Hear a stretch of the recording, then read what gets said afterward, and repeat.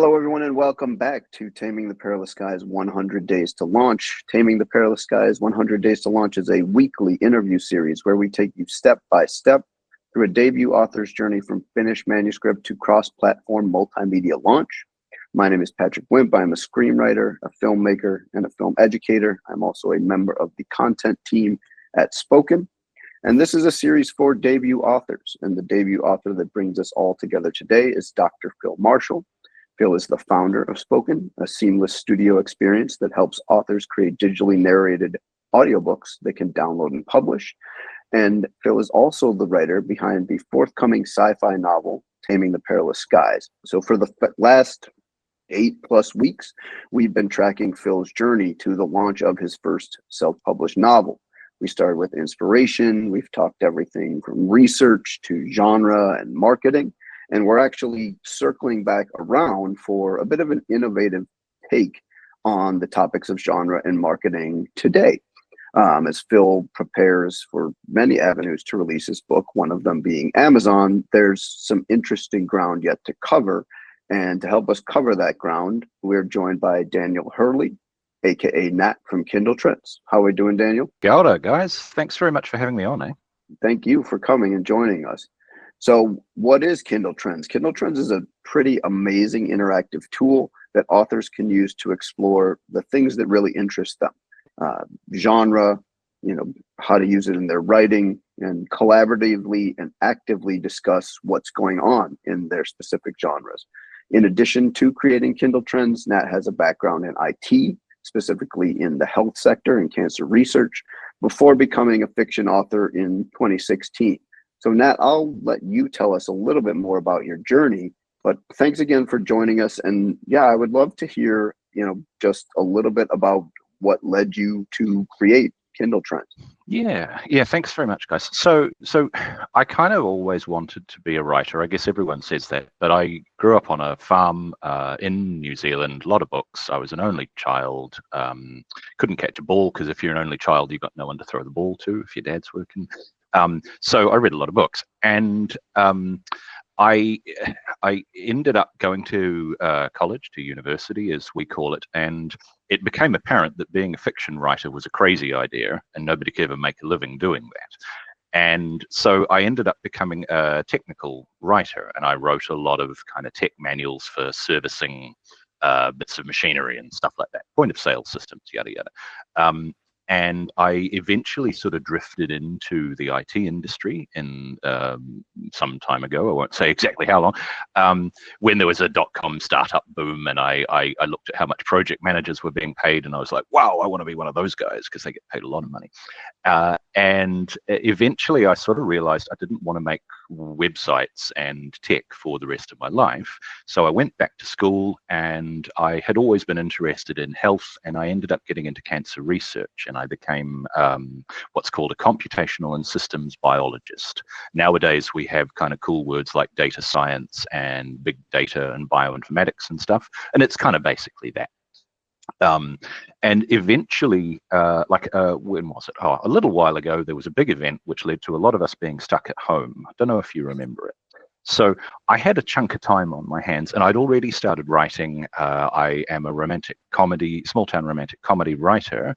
But around about that time, I started to get sort of frustrated that I couldn't see what was going on the Amazon charts. I relied a lot on looking at the charts to see what readers were into and what was resonating with readers, but I couldn't get decent information about it. And so I sort of made a little thing that would give me a download of the chart data in Excel, and I sent it to some of my author colleagues, because one of the things that I often talk to authors about is how important it is to find your community. And I'm sure you guys will be on board with this as well, that having people around you who are at the same stage or a comparable stage in their author journey is really, really important. It's been really important to me and to everyone else I know to have people who are kind of coming through with you and who know what you're going through, because Phil, I'm sure you will agree, it can be a lonely road. Sitting in that chair, sometimes when the words aren't coming, it's tough, So I spent a while doing this thing just sort of for my friends, and eventually it became apparent that there was something there that maybe could help other people. And so I created Kindletrends as a kind of weekly and monthly newsletter to help working fiction authors keep up with what's going on in their genre. If I had to, I hate the term elevator pitch, but if I had to explain it in like 2 sentences, I always say it's like the Wall Street Journal or the Financial Times, if you're from the UK. It's like the Wall Street Journal for working fiction authors. So you can get it in the morning, 8:15 a.m. New York City time is when it comes out every Monday morning. Read it with your cup of coffee, and you can just look at the headlines if you want to get a basic idea of what's going on. But if you want to dive into the detail because you see a story that's relevant to you, then you can do that. You can drill all the way down into the fine detail of what's going on in a very specific market segment. And that balance of kind of the headlines being the big movements, the big things that are happening, and the fine detail being accessible for them that want it, that's kind of the most important thing for me in Kindletrends and all of the other data analysis stuff that I'm doing. Does that kind of help? It's really very helpful. And as I'm sitting here, I'm just thinking about just some parallels that we have. You know, I was in healthcare tech. I was product. So you said. Right? I led product for WebMD, and then founded my own company, conversational AI company called Conversa in healthcare. I was originally trained as a surgeon. And when we sold Conversa, I went to go finish my debut sci-fi novel, and in that went to Taos Toolbox, a great workshop for speculative fiction writers, and the bug bit again on the potential for AI narration, not just AI narration, but multi-voice narration. And so that sort of journey to, as you say, eating your own dog food, right, and being your own user was spoken. Is I think somewhat similar to yours, and so that's remarkable. I'm really glad to hear of your background as for how you came to where you are. Yeah. Look, it's very interesting because I've learned a lot about my approach to writing and marketing through doing this as well. One of the things that maybe if we've got time we can pick up on a little bit later on is I think of marketing very much as being a storytelling activity as well as the actual writing. And there's a few reasons why I do that, which we can talk about it. But I've been thinking about this a lot, and in particular, the way that we communicate with readers in our space, in this space, what I call the neighborhood of our genre and our subgenre and all of the things that are going on around it. I don't think this is not a massively novel idea, but I think it's quite important, particularly for genre fiction writers, because we are kind of suffused in a whole lot of things, not just books, that a whole lot of other kinds of media that our readers, potential readers, are consuming. And so with Kindletrends, I think a lot about how to not only tell you what to tell the authors what's popular at the moment, but also what it means and what the language that people are using means as well. So I always want people to think of this as being, it's not just market research where you figure out what's hot and then copy it. I kind of don't really like that idea. Actually, what it is understanding how your work, your creative output fits into what else is going on in the world and what's resonating with readers. I use the phrase resonating with readers a lot because if you're going to have, I think, a successful genre fiction story in any genre, you have to understand the language that readers are using to communicate about the stories they like. They're looking for some things. There are some things that press their buttons. We all have kinds of stories we like, but we don't always communicate about them in the same ways. And that kind of communication is constantly changing. It's changing all the time, and it's being influenced, pushed, and pulled by a lot of other media as well. TV shows and movies and Instagram and TikTok and all of that. All of those things are influencing the way that readers think about our books and the language that they use to discuss our books. And so it's important, without getting overwhelmed, it's important as authors that we stay across some of that. And so what I'm trying to do with Kindletrends is to do that as well, if you know what I mean. So to give people an easy way to get into what's going on and to kind of keep up with it. No, that's almost go ahead. Tracking evolution in real time Right, Phil, sorry, and maybe this will lead to where you were about to go. Phil, obviously you're playing in science fiction, in hard sci-fi in specific, which has its own, conventions and or tropes that it lives by. But I'd love to know, how you found Kindletrends, right? Because you did some work with it, and that kind of led you to Nat, because Nat is, the man behind the machine, and immediately kind of reached out to you in some amazing customer service there. So how did you find Kindletrends, and then maybe talk a little bit about how that kind of influenced whether it was your writing process or bringing the book to market? Yeah, I'm pretty sure that I learned of Kindletrends at a conference. So I think it was Writer MBA where somebody had mentioned it to me, and so I signed up. And what if we're good? What I'd like to do is just show kind of what it does, and Right. and so yeah. So let's. I'm going to show you kind of the basis of the genre specific information that it provides, and Daniel, you can certainly since you're the guy who did all this, you can certainly orient us to this. I will say that complementing that, and probably even more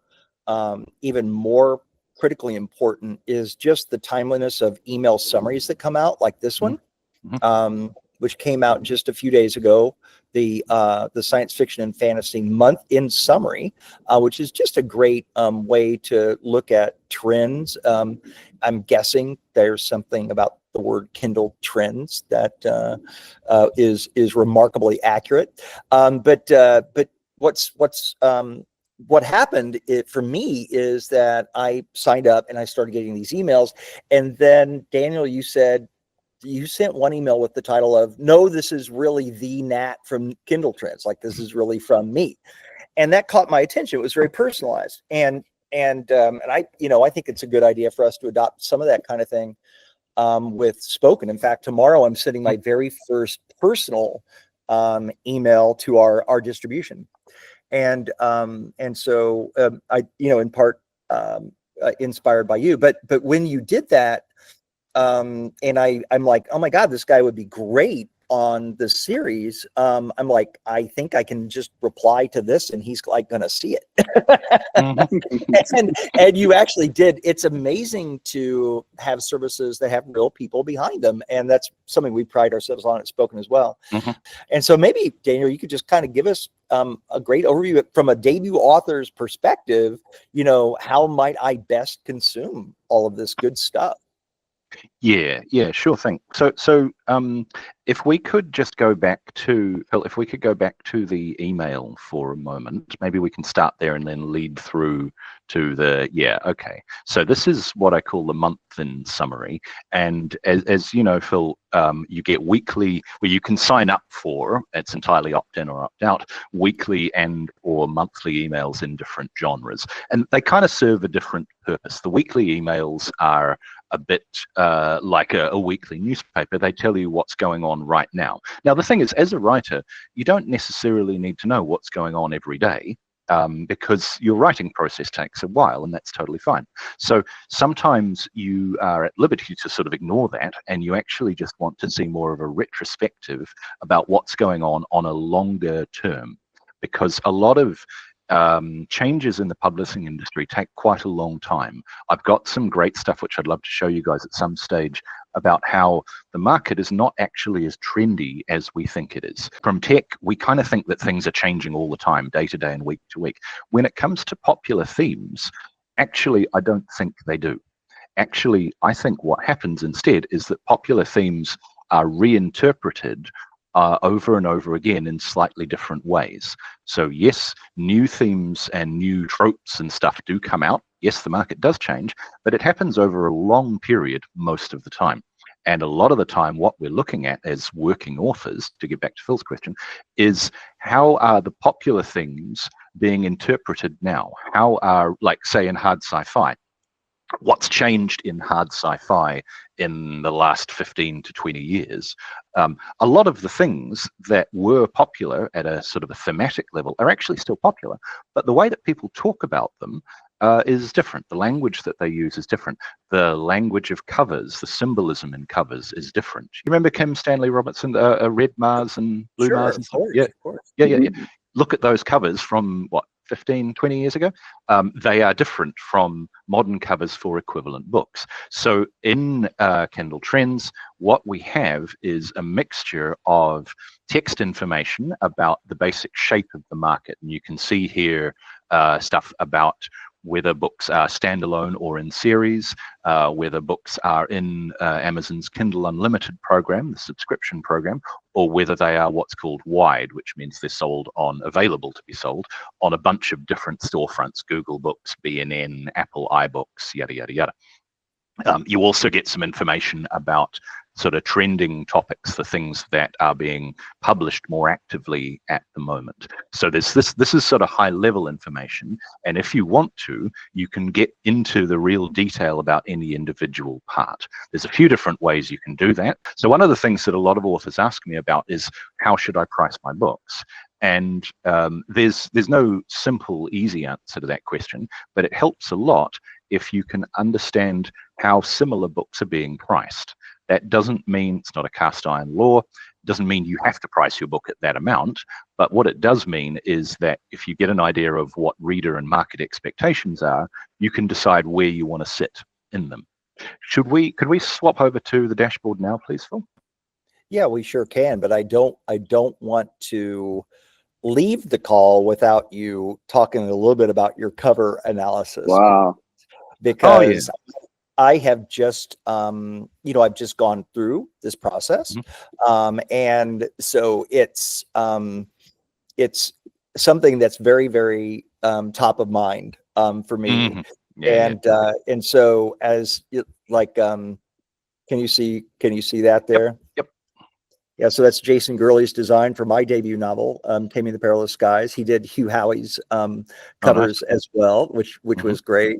And so keeping, on top of, trends when it comes to what's resonating within a particular genre audience, that's something that we really went through. And I'd love to get your perspective on that as well. Yeah, well, I mean, the way I see covers, and I have a whole shtick about this, but the way I see covers, like I was saying before, in terms of marketing as storytelling, covers are an act of storytelling as well. They're just a very constrained act of storytelling where you're doing it in a visual form, and you don't have very much space in which to do it. So the thing I often encourage people to do when it comes to looking at covers is to say, what are the elements in this cover and what are they telling the reader? What are they signifying? We can do this exercise for a lot of covers, and for me, a good cover, in inverted commas, is one that clearly signals a few things and clearly signals some things that the author wants it to signal. You're always saying things with your cover. The question is, are you saying the things that you want to say? So in your cover, Phil, I would say there's the limited color palette.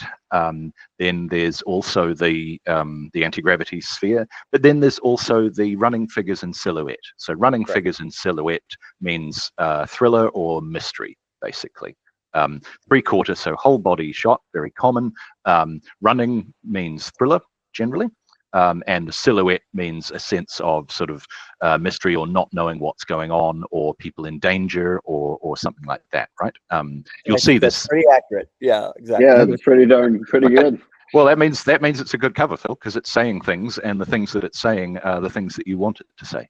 And you'll see this in a lot of other areas. So like if you look at the mystery top 100, you'll see a very classic mystery trope is visual trope is 3/4 shot facing away.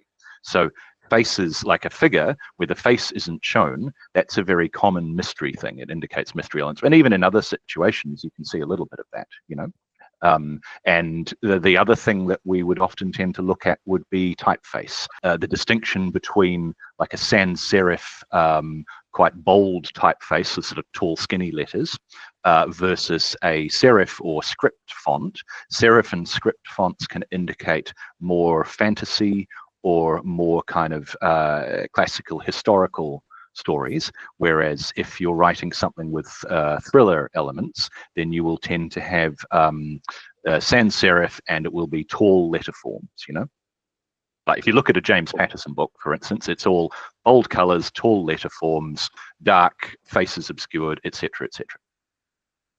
You know, another thing that I'm just kind of realizing is just all the work that you've done on the blurbs and to analyze setting versus character, which I'm just now discovering this. And so what's interesting about this is third person versus first person, and how few first person there are versus third, how common third is, but also just how much first person tends towards being mostly about character, which is no great surprise, right? Yeah, I think this is pretty interesting, because what I'm trying to do there, and this is very much an ongoing project where I've got a lot of stuff in the pipeline. What I'm trying to do there is to go beyond just picking out popular words and phrases, although that is important, and to give authors some more useful tools for blurb writing and characterizing blurbs.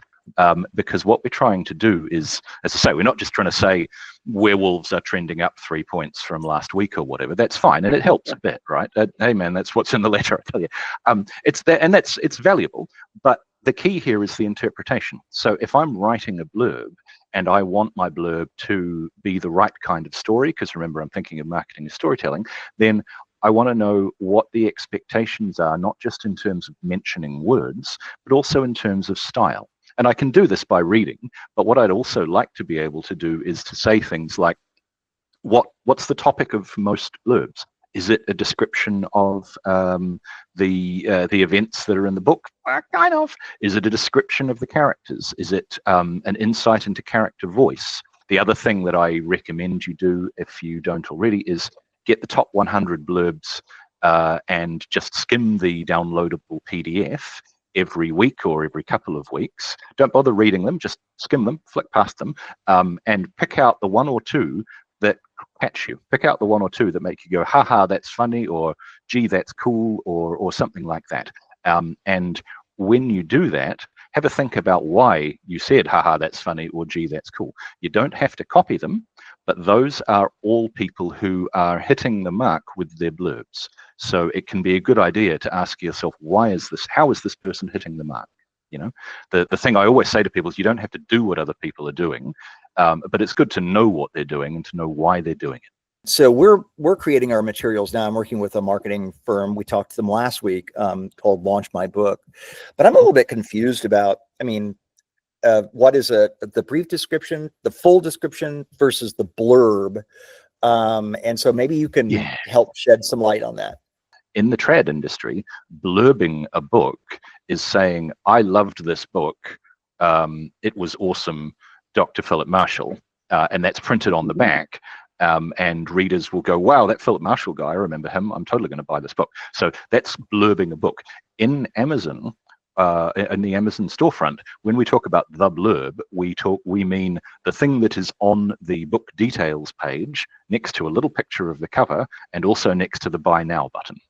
So in an ebook, and to be honest, the other ebook stores are more or less the same. So what I say about Amazon in this case tends to go for BNN, Google Books, iBooks, Kobo, yada yada yada. In the context of ebooks, what I often talk about is having a through line, a relationship between elements in your cover, which are promising a story, and then elements in your blurb, which are developing that story, and then the actual story itself, which is delivering it. So in the context of traditional publishing, though, as you were saying, Phil, you'll have a whole bunch of other things. You may well have a short description and a long description, because they will be taken by different press, like for different press uses, you know. So a PR agency might take the short description because they've got like 150 words to put your book down somewhere. If you're in Publishers Weekly, or if you're being mentioned in some other kind of industry roundup, then they'll probably want a description of your book rather than a piece of sales copy, you know. And that might be 150 words, or it might be 300 words. And those kinds of things will tend to focus a bit more on situating your book in terms of genre and probably likening you to some comps. It will often say things like, for fans of Ben Bova, Kim Stanley Robinson, et cetera, et cetera. Does that kind of help? It does. I mean, there's so many different, like that last bit that you just said there, for fans of, if you liked, right? Yep. And so because we're self-publishing, I assume that comes from us, right? That'll, yeah. Yeah, okay. I mean, so a couple of things about that. As I say, for the trad industry, people will generally want those things to understand your comps. They'll want to know how to situate your book in the milieu of publishing. Some people also put those kinds of statements in their Amazon blurb to help readers decide whether they want to buy it or not. It's a question of norms, right? This is a question of understanding the norms and what I call the author neighborhood. Your neighborhood as an author is the place where you and your readers and your comp authors all meet intellectually and emotionally, if you want to put it that way. So it's not just your comp authors and their books, and it's not just a list of tropes or common language. It's all of those things, but your neighborhood is other stuff. It's the language that readers use when they describe your books. It's the language, it's the other media that readers are consuming or are aware of. If your readers are space opera fans, they're probably going to like one of Star Wars, Star Trek, SG-1, Babylon 5, etc., etc. If your readers are more hard SF fans, they're probably going to have an opinion about The Expanse, those kinds of things. So just like your physical neighborhood, to continue the metaphor, isn't just buildings or the people who live in them, it's when the trash is picked up, it's when the buses are coming past, it's all those things. One of the marketing things that I often tell people to think about is understand your neighborhood as a reader as well as a writer, and get used to hanging out there. It can be overwhelming keeping your head full of all of this stuff and actually writing a half-decent book, right? It's a lot to do all of this marketing shtick and to write a book. It can be overwhelming. So my thing for a lot of writers is you don't have to know what's going on across town. You just have to know what's going on in your neighborhood. So focus on your neighborhood, and this gives you a way of controlling the sense of being overwhelmed by all the things you've got to do, and focusing on the stuff that is really relevant to you, which is the space that you and your readers are hanging out in. So as I was hearing you, I'm like, gosh, we have so many different elements here, right? We got the bio. Of course, you're looking at the dust jacket, right? So you got the bio, you got the back cover, which, you know, even though I tried to get Hugh Howey to write me a blurb, he didn't do that, which is just so surprising and shocking, frankly. But gotta ask, man. You gotta ask. But anyway, regardless, that's not what I was going to say. So I've got the back jacket here, which is just a bit about the story, you know, and not a whole lot about the story. The more marketing description, the brief description, is here on the fold, and so none of this really rises to the level of, for readers of Andy Weir, for readers of Martha Wells, right? If you liked Dan Brown's Origin, you know, that none of this really gets to that. So none of it's really truly a blurb, right? It's, yeah, in the trad sense, I don't think it is, but I think that's totally okay. And I don't think there's any reason to like that. No individual thing is going to make the difference between success and failure. Rather, it's a whole confluence of things. And there's a lot, you know, I'm not super up on this, but there's a lot of disagreement or the difference of opinion in the trad industry about how effective those blurbs actually are. So even if you could get old Hugh to say, this is an awesome book, I loved it, you should totally buy it. Even if you could do that, it's not a guarantee that everybody believes that is necessarily going to shift more units, if you want to be crass about it. It might, you know, it might open some doors for you. It might make people think that you're part of the club and all those things. And that's not trivial, right? Like those things are valuable, but sometimes we have to separate being part of the club in any business context from actually shifting the product. I'm not a salesman. I am a writer, and I always see myself first and foremost as a writer. I'm also, because I'm a New Zealander, we come from a culture where hard selling is quite frowned upon. Talking yourself up is kind of it's not the done thing in our culture. So I'm very conscious of thinking about what we're doing as being a creative process first and foremost, because from a purely economic perspective, it's not worth it. Writing books is very hard work, and it's emotionally quite draining. Stop me if you disagree, Philip. Hey, Daniel, I have not written words in so many weeks or months. I've been working on spoken like day and night and getting ready for the launch of a book. So actually writing prose is so distant to me right now. No, look, I know. I know what you mean. So, I mean, all I'm saying is that it is hard.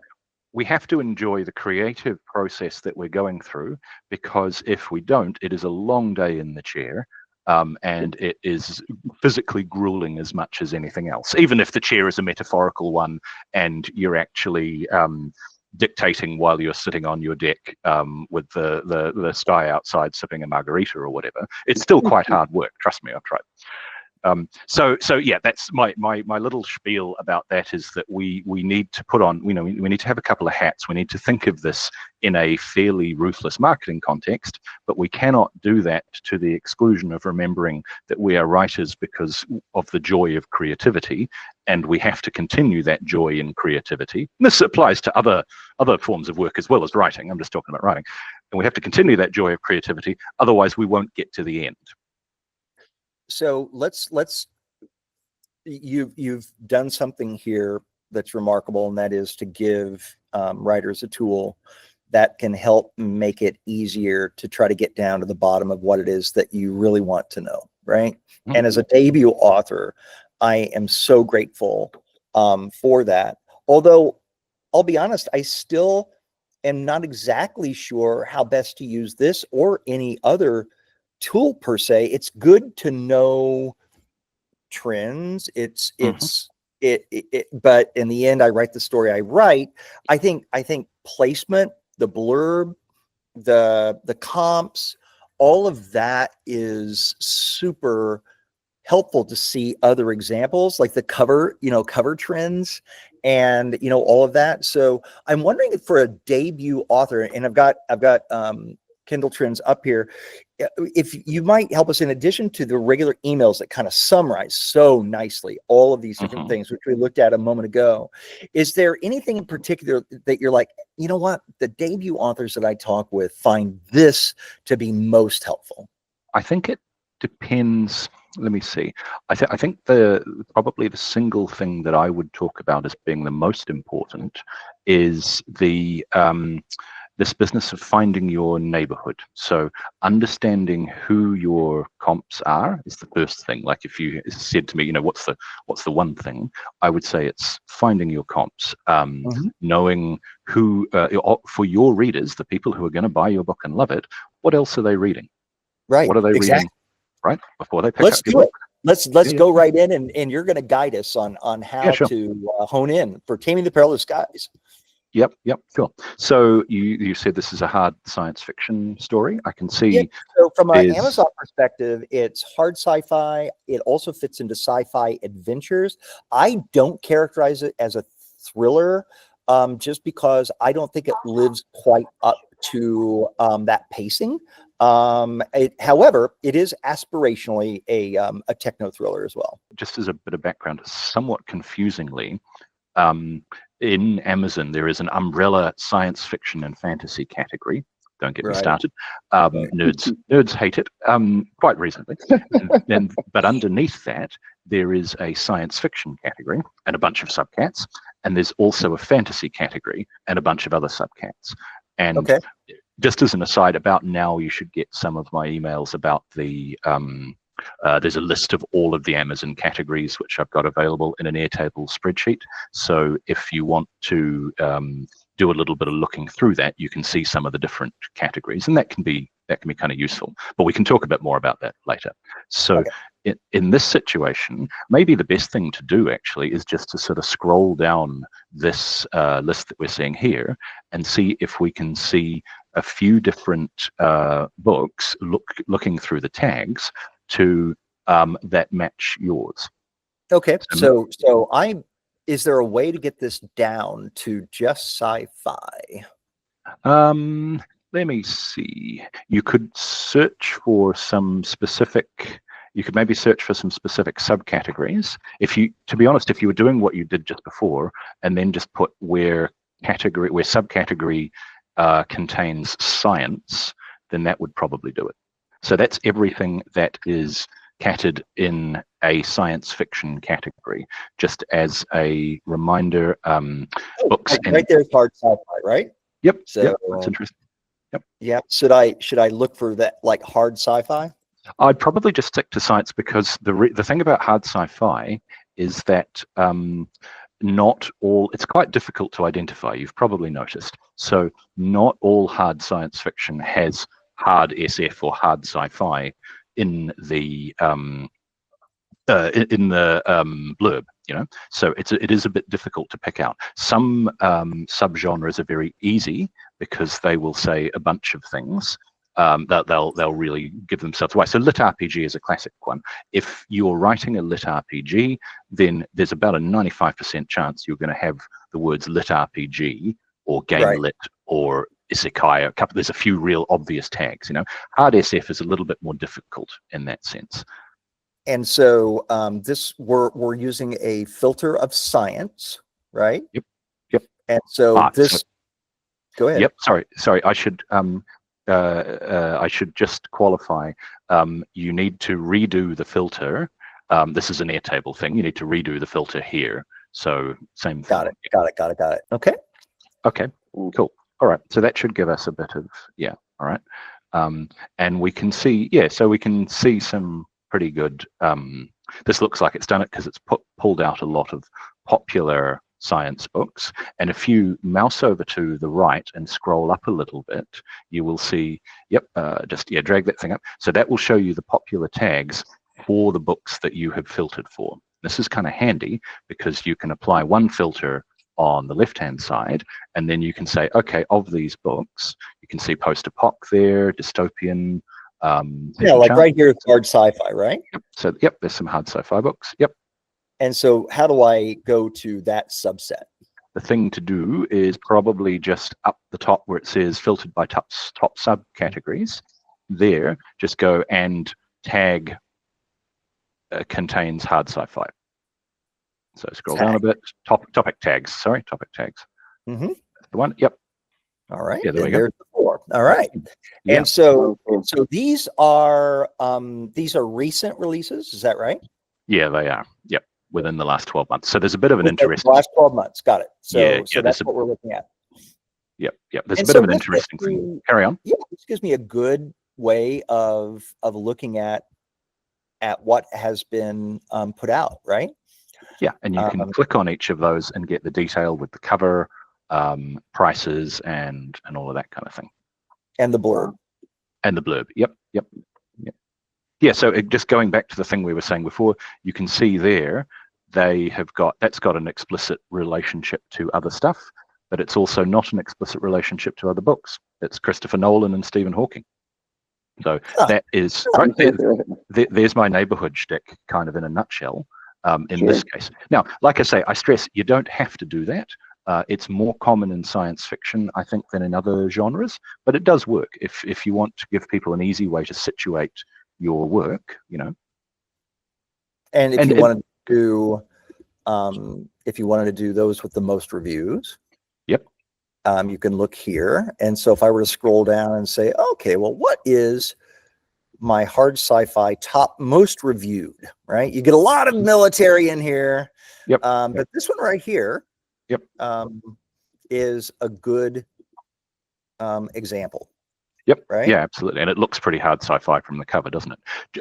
Just a caveat, remember, and you probably saw there, reviews basically correlate with age. So the books that have the most reviews will tend to be older books, which is why it's like Flowers for Algernon and it wasn't 1984, but those. So what you want to do is find the sweet spot of books that have been out for a while and have a decent number of reviews and aren't But the kind of. if I did something like publish date in the last 12 months, right? Yep. Oh no, sorry. All of these are published in the last 12 months. It's just that the ones that happened to be published 12 months ago and were a reprint. So that's the other thing. Oh, Flowers for sure. Algernon. Yep. One of the things that's a little bit difficult is someone's probably published an edition of The Lord of the Rings in the last 12 months. Technically, that doesn't mean that The Lord of the Rings is from 2025, right? Sure. So you've got to, you need to be a little bit careful there. No, but this is published in the last month here, right? Just to kind of limit it down. Yep. And so this just gives a super sort of view of what's going on out there, right? Yeah. What's the best proxy for popularity other than reviews? Like if I were to okay, hard sci-fi, how do I see the comps of Andy Weir, Martha Wells, Dan Brown, and their triangular love child? Yeah, good question. I mean, I think there's a couple of different options. If you're looking at comps in particular, then just as an aside, you will have gotten an email about another tool I've made called the Also Bought's Downloader Chrome extension that lets you. In fact, I can drop the link or something like that if that's at all helpful. That will allow you to go and download the comps for any individual book. So some of those will find their way into the newsletter if they happen to be popular. But if you've got very specific books that you want to target, then that's often a good way to do it. Okay. Well, I just downloaded and installed. Took about 3 seconds. The extension on Chrome, and so why don't we real quickly, if you've got a moment, I don't want to take too much of your time. It's much later there than it is here in Portland, Oregon. But why don't you show us real quick how to use that tool?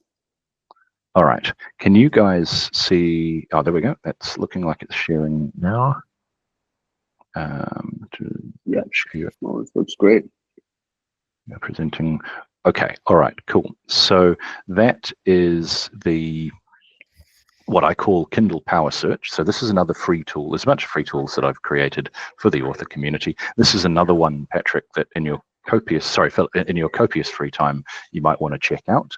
You will get an email about this one, should do about now, and a how-to video. What this does is it's a front end for the Amazon search engine. It doesn't do anything terribly clever. It just makes URLs and pokes them in there. But it's optimized for research rather than selling you books, if you see what I mean. Now, if you've used a bibliographic database or anything like that, then this format will be pretty familiar to you. We'll just move quickly through this so we can talk about the Also Bought thing. But just as a moment, just as an aside, what you can do is browse to individual categories, like let's say science fiction, and then say top 100 only, which is what I've done here. And then click go, and it will show you it will produce a link down the bottom, and you can click on that link. I wonder if it's gonna open the next. Give me a second. Yeah, there we go. Okay, so that's the science fiction top 100. And if I want to search, let's see, I can search for hard sci-fi. Let's go back, and I'll just look in here, and I'll search for hard SF. So this is searching for hard SF within the science fiction category in Amazon. You with us, Philip? Well, when you launch the extension, it has you reload the browser, and it cut me off. So right, so you're doing it in the same. Yeah. Okay. Yeah. Okay, so this is this is a search for hard SF in science fiction, and I hope you can see that this is actually quite handy for, again, finding your neighborhood. It's one of the key things I use to help people find their neighborhood, because now you can go and look at specific books matching a particular keyword, and if I want to, I can do a bit more than that. Let's say I can limit it to, I'll just go back and limit it to hard SF in the last 30 days. So This is quite an easy way. Let's just look at that. Hard SF, last 30 days. It's interesting. There's only one book in the last 30 days that matches the keyword hard SF, and it's in German. All right, so let's go back and we'll go to last 90 days instead, like that. Now click show. Yeah, interesting. Okay. All right, let's go back and look at the whole category, and we'll sort by publication date newest, and we'll filter also just for the ones that have got 4 stars and up. So just as an aside, filtering by books that are 4 stars and up can kind of help you home in on the most popular ones, you know? So just a moment. Sure. Okay, so these are the most recent books that match the search hard sci-fi, ordered by date. What we're seeing here is, interestingly enough, quite a few translations, which is kind of interesting, but it's maybe not what we want. Maybe we just want to search for best-selling instead, because we want the most popular ones. Yep, okay, that's a little bit better. So getting back to your question, Phil, this is a good way to find the most recent books that match a particular thing. And you can go back then, what's the link between this and the newsletters? You can go back then and see what the overlap is, if you like. So this is a good way to get a top level view. And then when you're looking at the newsletters, you can see what's happening with those books in a bit more detail. Well, so it's just tremendous what you've developed and the service that you're providing to the author community. You know, it's funny, when I was at a workshop, this was several years ago now, and there was an expert from the publishing industry, and I asked, well, what about Amazon? Like what do you do with Amazon? And they just dismissed it. They didn't want to talk about that because that's all algorithm driven. It's black box. They can't do anything about it. And so they were unwilling to even talk about the elephant in the room, right? And so we've gone from that, where they were unwilling to even talk about it, to you bringing this tool now to the market that allows the average Joe like myself to go and actually understand this. Doesn't mean necessarily the algorithms, but it at least we're able to really look at what's happening right now in the market. And so that's just a tremendous service.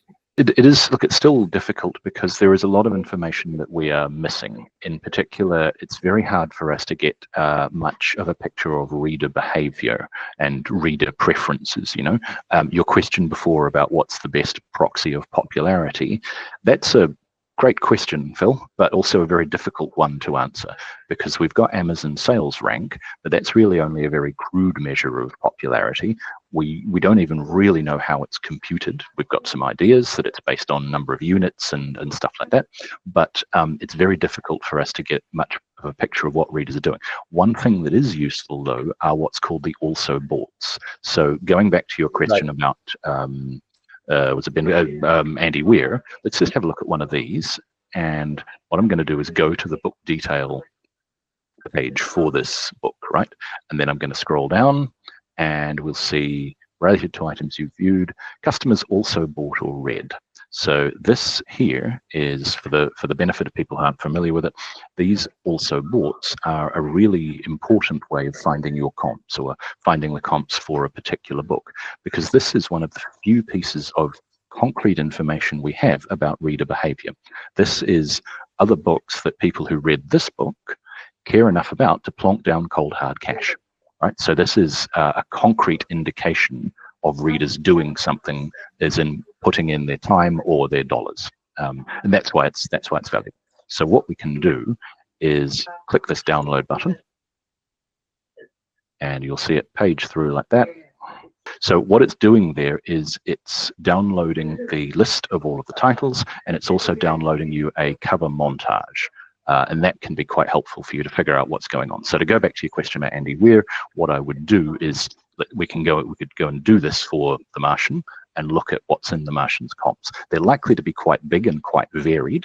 So often what you'll do is you'll have to do it a few times and try a few different, try to look at the intersection, as you were saying. So, you know, you can get 3 different Excel spreadsheets and then kind of go, okay, show me all the ones that are in all three or something, and those books are maybe the ones that are of interest to you. No, I tremendously helpful to see that, and so that's great. Well, Daniel, I know we've taken you way too late on your hour, but this is all so very helpful. It's so great to connect with a entrepreneur who's blending their passion for genre fiction with technology, and good on you for being able to just do all that yourself. I got to tell you, man. Oh, look, there's a lot to look. Seriously, guys, there's a lot to do, and I know people always say this, but I've got some great stuff in the pipeline, and I'm really looking forward to sharing it with you guys. Yes, we should absolutely follow up as soon as you like. Yeah. So let's follow up and talk about what's happening in the business. All right. Thank you very much, guys. Thank you so much for joining us. No problem. It's been a real pleasure to talk to you. Professional audiobooks in a click. Spoken.